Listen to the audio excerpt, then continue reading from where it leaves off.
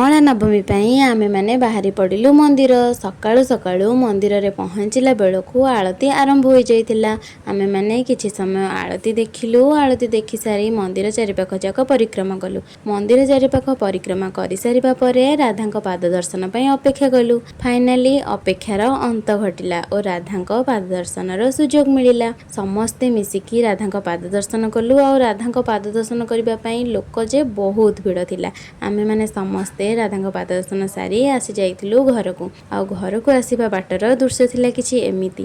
ପଞ୍ଚୁକ ପାଇଁ କଇଁଚ, କୁମ୍ଭୀର, ସାପ, ବେଙ୍ଗ, ପୋଖରୀ ଆଉ ଚଉରା ଏସବୁ କରିବାର ଥିଲା। ସେଥିପାଇଁ ଆମେ ମାନେ 3ଟା ବେଳୁ ବାହାରି ଆସିଥିଲୁ। ଯେହେତୁ ଆମକୁ ସବୁ ଗଢ଼ିବାର ଥିଲା ଆଉ ଗଢ଼ି ସାରିବା ପରେ ପୁଣି ସେଠିକାର ଜାଗାକୁ ସଜେଇବାର ମଧ୍ୟ ଥିଲା। କଦଳୀ ଗଛ, ପତାକା ଏସବୁ ଲଗେଇକି ସଜେଇବାର ମଧ୍ୟ ଥିଲା। ସେଥିପାଇଁ ସମସ୍ତେ ଲାଗି ପଡ଼ିଥିଲୁ କରିବାରେ।